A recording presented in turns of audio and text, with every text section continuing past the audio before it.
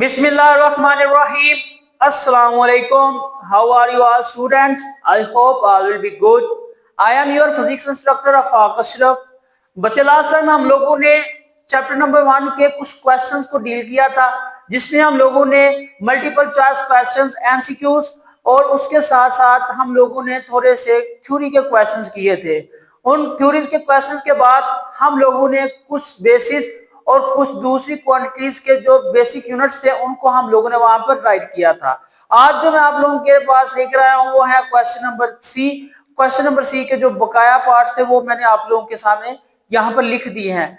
इससे पहले अगर आप लोगों ने हमारा चैनल सब्सक्राइब नहीं किया तो बच्चे इसको लाजमी सब्सक्राइब करें, शेयर करें, कमेंट करें और लाजमी तौर पर दूसरों तक इसका लिंक पहुंचाए, ताकि हमारी जो भी वीडियोस हैं रिलेटेड टू फिजिक्स और मैथ ये आप तक पहुंचाई जा सके। तो बच्चे ये आप लोगों के लिए समझ लिए एक स्टैंड स्टार्टअप है, जिसमें आप लोग शार्प क्वेश्चंस और उनके सॉल्यूशंस को देखेंगे, मेरे साथ समझेंगे। तो आए बच्चे हम लोग अपने इस लेक्चर को स्टार्ट करते हैं। बच्चे सबसे पहले जो हमारे पास यहाँ पर क्वेश्चंस इस्तेमाल हो रहे हैं वो है आप लोगों का क्वेश्चन नंबर सी है और उनका जो पार्ट नंबर है वो है आप लोगों का 1.2। लास्ट टाइम जो हम लोगों ने किए थे वो हम लोगों ने क्वेश्चन नंबर बी के पार्ट्स कर लिए थे, जिसमें हम लोगों ने यहाँ पर एक किस्म की जो वजूहात थी, जो इनके साथ लगने वाली डील्स थी और इनकी जो वैल्यूज थी उनको हम लोगों ने ड्राइव किया था। अब हम लोग यहाँ पर ये चीज देखेंगे कि किस तरह से इसके बाकी वाले क्वेश्चंस हम लोग सॉल्व करेंगे। आपके पास क्वेश्चंस का जो हवाला है, क्वेश्चंस की थोड़ी सी स्टेटमेंट ज्यादा थी तो मैंने इनके सिर्फ आंसर लिख लिए। आप लोगों को बुक पर से उनका पेज दिखा दिया जाएगा मुतलका क्वेश्चन का, मुतलका क्वेश्चन कौन सा है और उसमें हमें कौन सी चीज बतानी है। हम लोगों ने उस चीज को देखना और उस हिसाब से उसका आंसर लिखना है, ठीक है। सबसे पहले जो आप लोगों का क्वेश्चन है वो है Why might a standard system of the measurements be helpful to a tailor? आपके पास जो स्टैंडर्ड सिस्टम है वो टेलर की किस तरह से मदद कर सकते हैं। हम लोगों ने इसका आंसर 1.3 वाले क्वेश्चन में देखा था, जिसमें हमारे पास ये चीज सामने आई थी कि अगर किसी टेलर के पास उसका स्टैंडर्ड होगा, उसका यूनिट होगा, तो उसकी मदद से वो एक वेल डिफाइंड और डिजाइन गारमेंट्स यानी सूट अपने क्लाइंट के साथ डील कर सकेगा और उससे मुतासिर जो थे तसव्वुरात उनको हासिल कर सकेगा। अब वो वाला क्वेश्चन और ये वाला क्वेश्चन दोनों सेम था, इसलिए मैंने इसका आंसर आप लोगों को नहीं दिया, ये आप लोगों को मेरे प्रीवियस लेक्चर में मिल जाएगा। उससे आगे वाला क्वेश्चन है क्वेश्चन नंबर 3। इसकी स्टेटमेंट काफी बड़ी है, ये जरा समझने वाली चीज है। The minimum main scale reading of the micrometer screw gauge is 1 millimetre. जो आपके पास कम से कम स्क्रू गेज की रीडिंग है वो आपके पास 1 मिलीमीटर है, जो मैंने आप लोगों को गिवन कर दी है। लीस्ट काउंट में देखें तो आपके पास ये देखें, ये मैंने लीस्ट काउंट के ऊपर जो आपके पास वैल्यू है उसको गिवन कर दिया है कि उसकी जो मिनिमम रीडिंग थी वो 1 millimetre and there are 100 divisions. और जो वहां पर उस रीडिंग के साथ डिविजन थी वो 100 थी on the circular scale. Circular scale पर बच्चे आपके पास 100 डिविजन्स और जो मेन स्केल है उसके ऊपर 1 मिलीमीटर। दूसरा हिस्सा क्या है इसका, when thimble is rotated once, जब हम एक दफा जो थिम्बल है उसको रोटेट करवाते हैं, क्या करवाते हैं, उसको रोटेट करवाते हैं। थिम्बल आपके पास क्या था ये देखिएगा, आपके पास जो थिम्बल का यहाँ पर दिया गया है लफ्ज, ये आपके पास माइक्रोमीटर स्क्रू गेज था, जिसकी इस तरह से आपके पास थिम्बल थी जिसको आप लोग रोटेट करवाते थे और इसके ऊपर मुख्तलिफ किस्म के मुख्तलिफ फासलों पर जो थे वो दर्ज थे, यानी डिविजन पे तब्दील किया गया था, इनको डिवाइड किया गया था। तो मे भी यहाँ पर 1 है, 2 है, 3 है, इस तरह से इसकी जो डिविजन थी ना वो आप लोगों के पास गिवन थी। तो उसमें हम लोगों ने क्या किया, इसकी जो वैल्यूज थी उसको पुट करके वहां से हम लोगों ने लीस्ट काउंट फाइंड कर लिया था। मजीद क्या कह रहा है, जब हम लोग थिम्बल को रोटेट करते हैं एक दफा, 1 millimetre is it's measurement on the main scale, तो आपके पास इसकी जो मेजरमेंट होगी वो 1 स्केल होगी। What is the least count of the instrument, आपके पास सबसे पहले जो आप लोगों ने चीज फाइंड करनी वो क्या है, किसका लीस्ट काउंट क्या होगा। दूसरे नंबर पर the reading of the thickness of the steel rod as shown in the figure, what is the thickness of the rod. आप लोगों ने दो चीजों को फाइंड करना है, एक आपने लीस्ट काउंट फाइंड करना और दूसरे नंबर पर आप लोगों ने उसकी थिकनेस को फाइंड करना है। तो आइए देखते हैं हमारे पास वो कौन सी चीज है। देखें, सबसे पहले आपके पास जो लीस्ट काउंट है उसका क्या है, किसी भी चीज का लीस्ट काउंट वो कम से कम उसकी रीडिंग होती है जो वो एक्यूरेटली मेजर कर सकता है। माइक्रोमीटर स्क्रू गेज की जो क्रेडिबिलिटी है, जो उसकी सलाहियत है, वो क्या है कि वो आपके पास 0.01 मिलीमीटर तक बेहतर तरीके से मौसर अंदाज से वैल्यूज को एक्यूरेटली मेजर कर सकता है। That's why the least count of the micrometer screw gauge is 0.01 millimetre. The thickness of the rod is 3.52 millimetre. आपके पास डायग्राम में जो चीज गिवन है उसमें जो थिकनेस है उसकी वो 3.52 मिलीमीटर। ठीक है। दूसरा लीस्ट काउंट क्या है, हम लोग किसी भी मेजरमेंट में उस आले का, उस इंस्ट्रूमेंट का लीस्ट काउंट कैसे फाइंड कर सकते हैं। The least count of the micrometer can be, least count जो आपके पास मेन स्केल पर डिविजन है वो 1 मिलीमीटर, और जो आपके पास सर्कुलर स्केल पर डिवीजन 100, वो जब आप इसको डिवाइड करेंगे तो आपके पास जो इसका आंसर है वो आएगा 0.01 मिलीमीटर। क्या आ जाएगा, 0.01 मिलीमीटर। ये आपके पास उसका लीस्ट काउंट आ जाएगा। ये आपकी फर्स्ट वाली चीज जो है वो डिफाइन होगी। दूसरी क्या थी, हम लोगों ने स्टील रॉड की थिकनेस को फाइंड करना था। ये आपके पास न्यूमेरिकल मेन स्केल पर जो रीडिंग थी वो क्या थी, यहाँ पर जो आपके पास मेन स्केल पर रीडिंग होगी डायग्राम में वो है 3 मिलीमीटर। कितनी है, 3 मिलीमीटर। और जो आपके पास सर्कुलर स्केल पर रीडिंग आ रही है वहां पर वो है 52 डिवीजन है। तो आप लोगों ने इसकी ऑब्जर्व वैल्यू कैसे फाइंड करी, हम लोगों ने जब वर्नियर कैलिपर्स और माइक्रोमीटर स्क्रू गेज, ये मैंने आप लोगों के लिए लेक्चर अपलोड किया हुआ है, ये आप लोग देख लीजिएगा प्लेलिस्ट में से। वहां पर आप लोगों को पता चल जाएगा कि किस तरह से हम लोगों ने वर्नियर कैलिपर्स और माइक्रोमीटर स्क्रू गेज के लीस्ट काउंट को फाइंड आउट किया था। आपके पास जो ऑब्जर्व वैल्यू है उसको ये देखें, main scale reading plus bracket circular scale reading, ये जो CSR है ये आपके पास सर्कुलर स्केल रीडिंग है, multiply by least count. Circular scale की रीडिंग को आपने लीस्ट काउंट से मल्टीप्लाई करना और बाद में उसको मेन स्केल की रीडिंग में जमा कर देना ताकि आपके पास एक ऑब्जर्व वैल्यू आ जाए। तो ये देखिएगा 3 मिलीमीटर ये मेन स्केल की थी, प्लस 52 मल्टीप्लाई बाय 0.01 ये लीस्ट काउंट था, और उसके साथ 52 को मल्टीप्लाई किया तो आपके पास क्या आ गया, 3 मिलीमीटर प्लस 0.52। एंड यहां पर देखिए कि आपके पास 3.5 मिलीमीटर है। ठीक है ना, तो ये आपके पास इसका लीस्ट काउंट और इसकी thickness of the steel rod आ जाएगी। ठीक है। आगे है आप लोगों का क्वेश्चन नंबर 4। क्वेश्चन नंबर 4 में क्या आता है, you are provided a metre scale, आपको एक मीटर स्केल प्रोवाइड किया जा रहा है and a bundle of the pencils, और आप लोगों को पेंसिल्स का एक कहने का बंडल दिया जा रहा है जिसमें आप लोग देखेंगे कि किस तरह हम उसकी विड्थ को फाइंड करेंगे या उसका डायमीटर फाइंड करेंगे। क्वेश्चन की स्टेटमेंट में पढ़ देता हूं। You are provided a metre scale, आपको एक मीटर स्केल दिया जा रहा है and a bundle of the pencils, और काफी ज्यादा तादाद में पेंसिल्स दी जा रही हैं। How can the diameter of the pencil be measured using the metre scale with the same precision as the vernier callipers. तो जिस तरह से आप लोगों ने वर्नियर कैलिपर्स की कैलिब्रेशन में प्रिसीजन को यूज करते हुए वहां पर उसकी डायमीटर यहाँ पर डायमेंशंस को फाइंड किया था, उसी तरह से आप लोग मीटर स्केल से किस तरह से फाइंड आउट कर सकते हैं। डिस्क्राइब ब्रीफली, आप लोगों ने इसको मुख्तसर तौर पर बताना है। तो इसके लिए बच्चे आप लोगों के पास बड़े इजीली स्टेप्स हैं। सबसे पहले क्या है, to measure the diameter of the pencil, आपने डायमीटर जब फाइंड करना है पेंसिल का, सबसे पहला पॉइंट क्या है, इसके पहले पॉइंट में आ जाएगा place multiple pencils side by side. आप लोगों ने साइड बाय साइड यानी एक के बाद मजीद एक पेंसिल्स को क्या करते जाना है, रखते जाना है।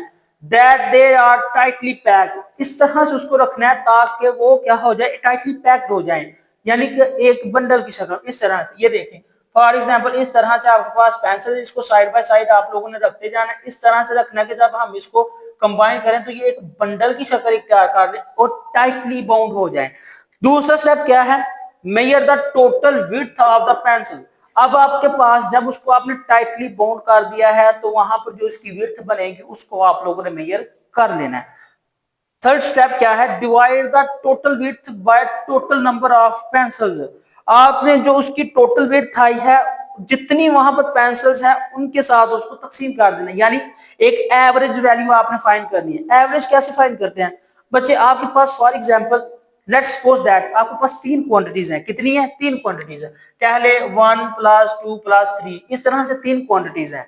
आपने जब इसका एवरेज फाइंड करना है तो ये जितनी क्वांटिटीज है ना 1 2 3, उसके साथ ही उसको डिवाइड कर देना है।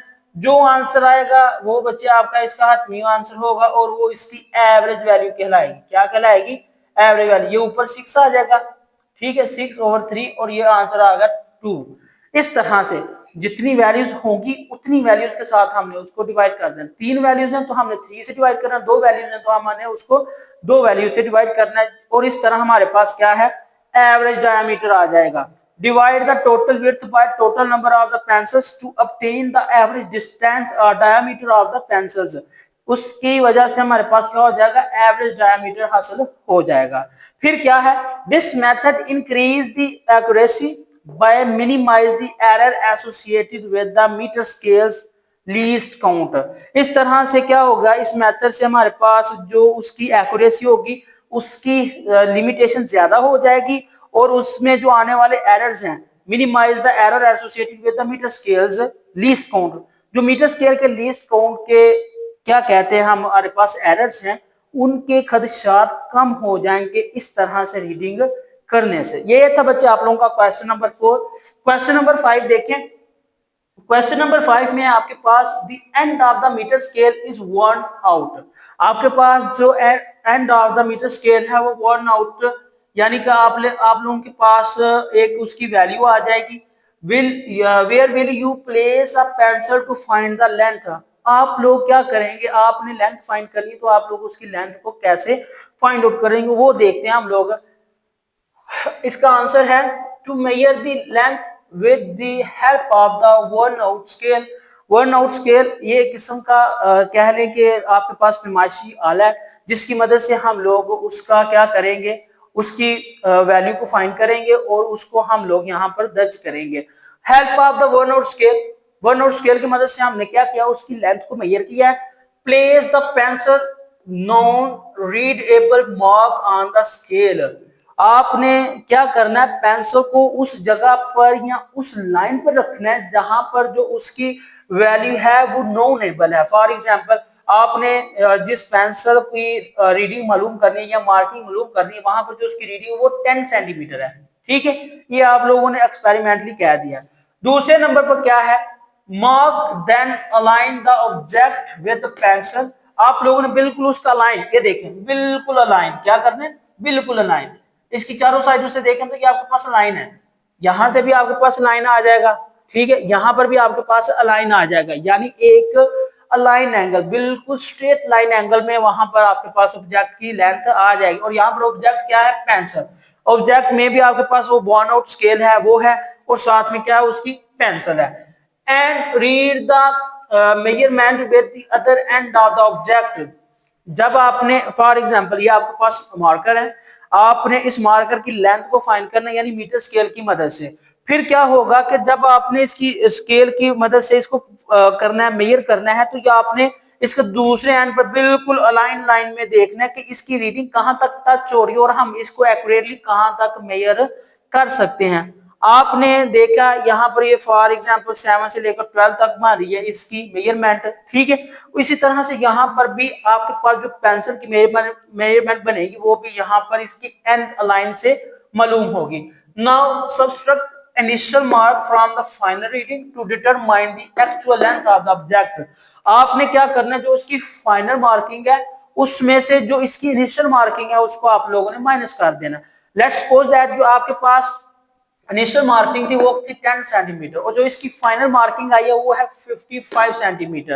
अब आप लोगों ने क्या रूल पर है कि अगर आप लोगों ने वर्न आउट स्केल की मदद से उसको उसकी मेजरमेंट की है, उसको रीडेबल मार्किंग में आप लोगों ने किया है, प्लेस किया है, तो आप लोगों ने उसका जब वैल्यू का हिस्सा निकालना है तो उसको आपने फाइनल में से इनिशियल को माइनस कर देना। फाइनल क्या थी? 55 सेंटीमीटर माइनस इनिशियल क्या थी? आपका 10 सेंटीमीटर, तो ये आपके पास क्या आ जाएगा? 45 सेंटीमीटर। ये था आप लोगों का क्वेश्चन नंबर 5, जिसमें उन्होंने कहा हुआ था कि आपके पास क्या था? The end of the metre scale is worn out, where will you place a pencil to find the length.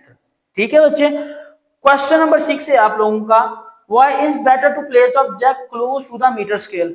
बच्चे आप लोगों को पता है कि जितना हम लोग किसी मेजरमेंट के करीब होंगे या किसी ऑब्जेक्ट को उस स्केल पर या फिर उस पैमाइशी आला के नजदीक रखेंगे तो हमारे पास उतनी ही क्रेडिबिलिटी और उतनी ही उसके बेहतर होने के चांसेस ज्यादा हो जाएंगे जो हम लोग उसको दूर रखेंगे। मे बी इस साइड का भी मसला हो सकता है, देखने का भी फर्क पड़ सकता है, या वहां पर अलाइनमेंट का भी फर्क हो सकता है। तो इसलिए हम लोग क्या करेंगे, जिसकी पैमाइश, अब ये देखें फॉर एग्जाम्पल मैं क्या करता हूँ कि मैं इन दोनों की जो है ना मैंने मेजरमेंट करनी है तो मैं इनको इतने इतने फासले पर रख देता हूँ। अब देखें ऊपर से देखने के बाद अगर हम लोग मेजरमेंट करें, एक्सपेरिमेंट कर लें, तो हम कहते हैं कि ये जो इसका किनारा है ना ये इसके किनारे के साथ टच कर रहा है, तो उस हिसाब से हमारी मेजरमेंट में भी ये देखें जब हम लोग पास लेके आए तो हमारे पास इसकी मेजरमेंट मैच नहीं कर रही। इसलिए हम लोग क्या करेंगे, जिस ऑब्जेक्ट की हम लोगों ने मेजरमेंट करनी है उसको हम लोगों ने उस स्केल के करीब रखना है ताकि हम लोग एक्यूरेटली वहां पर असाइन कर सकें, हमारा जो परपेंडिकुलर डिस्टेंस है उसको अलाइन कर सकें और वहां पर जो करेक्ट रीडिंग है उसको रीड कर सकें। By placing the object near the meter scale, minimize the parallax error which result in the accurate measurement. Parallax error का हम लोगों ने एक मुकम्मल तौर पर टॉपिक डिस्कस किया था जिसमें हम लोगों ने पढ़ा था कि जब ऑब्जर्वर की जो इनसाइट यानी कि आप आंख होती है अगर वो परपेंडिकुलर डिस्टेंस पर नहीं होती तो हमारे पास वहां पर एक एरर आता है जिसको हम लोग पैरेलक्स एरर, और वो किस वजह से है, पॉइंटर की इनकरेक्ट प्लेसिंग की वजह से। ये देखिए जैसे हम लोग यहाँ पर कह रहे थे कितनी दूर से हम लोग कहेंगे तो ये इसकी मेजरमेंट इस तरह से बन रही है, पास लेके आएंगे तो हमारे पास वही चीज देखें उसमें फर्क आ जाएगा। तो ये जो आपके पास फर्क होगा ये आपके पास पैरेलक्स एरर की वजह बनेगा, और जो पैरेलक्स एरर है वो एक्यूरेटली जो मेजर वैल्यू है उसको खराब कर सकता है। Parallax error occurs due to the position or the observer's sight is not perpendicular between the object and the observer। जब ये ऑब्जेक्ट और ऑब्जर्वर के दरमियान परपेंडिकुलर डिस्टेंस को मेजर नहीं कर रहा तो वो आपके पास क्या है, पैरेलक्स एरर की बुनियाद बनेगा। इसलिए हम लोग क्या करते हैं, किसी भी ऑब्जेक्ट को मेजरिंग स्केल या मीटर स्केल के करीब रखते हैं। क्वेश्चन नंबर 7 है आप लोगों का, उसमें कह रहा है why a standard unit is needed to measure the quantity correctly. ये था आप लोगों का क्वेश्चन नंबर 6, और इसी से मिलता जुलता एक और क्वेश्चन है, आप लोग दोनों का आंसर सेम कर सकते हैं। जो आप लोगों का शॉर्ट आंसर क्वेश्चन बी था उसमें क्वेश्चन नंबर 3 था why do we need a standard unit for the measurement, बिल्कुल सेम है ये 1.7 वाला, why a standard unit is needed to measure a quantity correctly. तो करेक्टली आप लोगों ने कैसे करना है वो आप लोगों ने इस तरह से करना है, ठीक है। क्वेश्चन नंबर 7 मैंने आप लोगों को बताया, क्वेश्चन नंबर 7 और part B short question answer में जो थर्ड वाला पार्ट है वो दोनों सेम है। मैं क्वेश्चन रीड कर देता हूं, why a standard unit is needed to measure a quantity correctly, because standard unit necessary to ensure the consistency and clarity with measuring quantities, they also help to compare the final result। क्या है, compare the final result, क्या आ जाएगा आपके पास final result, ये आपको इस चीज में भी हेल्पफुल होता है ताकि आप लोग क्या कर सकें, जो वैल्यूज आपने निकाली है उसको आप लोग मुतलका रिजल्ट से मैच कर सकते हैं जिससे आप लोगों की वैल्यूज के दुरुस्त होने के इम्कान ज्यादा हो सके। इसलिए हमें किसी भी वैल्यू को मेजर करने के लिए एक स्टैंडर्ड यूनिट की जरूरत होती है। Get it. क्वेश्चन नंबर 8 है आप लोगों का, क्वेश्चन नंबर 8 में क्या है कि आपका आ जाएगा suggest some natural phenomena that could serve as a reasonable accurate time standard। ये आपके पास फर्स्ट ईयर में भी क्वेश्चन है, ठीक है ना। ये ज्यादातर जो आप लोगों का फिजिक्स का हिस्सा है ये फर्स्ट ईयर का हिस्सा है, तो ये फर्स्ट ईयर और प्री नाइन्थ के जो बच्चे हैं ये दोनों इसको इफेक्टिवली जो है ना लर्न कर सकते हैं, दोनों के लिए बेनिफिशियल है, ठीक है। आप लोगों का क्वेश्चन है suggest some natural phenomena that could serve as a reasonable reliable accurate time standard। तो ये आपके पास किस तरह से टाइम स्टैंडर्ड आएगा, ठीक है। क्वेश्चन नंबर 8 है आप लोगों का suggest some natural phenomena that could serve as a reasonably accurate time standard। ये किस तरह से reasonably है, तो इसका आंसर है अर्थ रोटेशन। क्या है, हम लोगों ने कुछ फिनोमिना देखने हैं, नेचुरल फिनोमिना, जिसमें हम लोग ये देखेंगे कि किस तरह से वो अपने रीजनेबली हमारे पास एक्यूरेटली बता रहे हैं, हमारी एक्यूरेसी को जज कर रहे हैं, ठीक है। अब हम लोगों के पास क्या आ जाएगा, ये देखिएगा अर्थ रोटेशन क्या है, अर्थ रोटेशन। ये अर्थ रोटेशन क्या है आप लोगों की? आप लोगों की जो अर्थ रोटेशन है मतलब किसी भी सियारे का अपने एक्सिस के गिर्द घूमना, यानी एक चक्कर मुकम्मल करने का जो फिनोमिना है, ठीक है। For example spin off the earth on its axis, जो आपके पास अर्थ सियारा है जो उसकी जो अपने एक्सिस के गिर्द होगी रोटेशन, वो time. Length of the day, जो आपके पास लेंथ ऑफ द डे बनता है। थोड़ा कंफ्यूजिंग लग रहा है लेकिन ये कंफ्यूजन नहीं है, ये हमें वो चीज बता रहा है कि जब आपका सूरज तुलू होता है, तुलू होने के बाद ग्रुप होता है, मतलब जो आपकी अर्थ है वो सूर्य के गिर्द अपनी जो कंप्लीटेशन है, अपनी रोटेशन है वो कंप्लीट करता है, तो वो क्या कर देता है, एक दिन की लेंथ को मेजर करता है, उसमें ये चीज बताई जा रही है। Get it? दूसरे नंबर पर क्या है, अर्थ रिवॉल्वेशन अराउंड द सन, जो अर्थ यानी जमीन की रिवॉल्वेशन है, गर्दिश है, वो किसके गिर्द है, सन के गिर्द है। To compare its one circle around the sun define a year, जो अर्थ की उस चीज को डिफाइन करता है जो वो सूर्य के गिर्द एक मुकम्मल चक्कर लगाता है। और जब ये जो जमीन है हमारी सियारा है, ये जब सूर्य के गिर्द एक मुकम्मल चक्कर पूरा करता है तो ये एक साल के इक्वल बन जाता है। उसके बाद हमारा लूनर साइकिल। ये लूनर साइकिल क्या है हमारा, ये हमारा जो चांद है ना, चांद जो चांद सियारा है उसकी क्या कहते हैं, रिवॉल्वेशन है, और वो कितने दिनों में मुकम्मल होती है, वो अप्रोक्सीमेटली आपके पास 29.5 डेज में मुकम्मल होती है। इसको हम लोग लूनर साइकिल्स कहते हैं। ये आप लोगों के लिए एक न्यू चीज है, इसको लाजमी जेल में रखिएगा। The face of the moon which repeat approximately every 29.5 days, जो हर 29.5 डेज के बाद अपनी रेपिटेशन को, अपने रोटेशन को कंप्लीट करता है, ठीक है। ये है आप लोगों का क्वेश्चन नंबर 8। क्वेश्चन नंबर 9 में देखें, it is difficult to locate the meniscus in a wider vessel. Why? कि आपके पास जो मेनिस्कस लेवल है, क्या है, मेनिस्कस लेवल, यानी कि जो गलती का इम्कान या जो लेवल है उसको आप लोग मेजर कर रहे हैं, तो उसकी जो कम प्रोबेबिलिटी है वो कहां पर है, वो कह रहा है कि गहराई में कम होती है। वो किस तरह से, meniscus in the width depth हम लोग देखते हैं, वाइडर में किस तरह से हमारे पास ये शको शोभा में आ जाती है।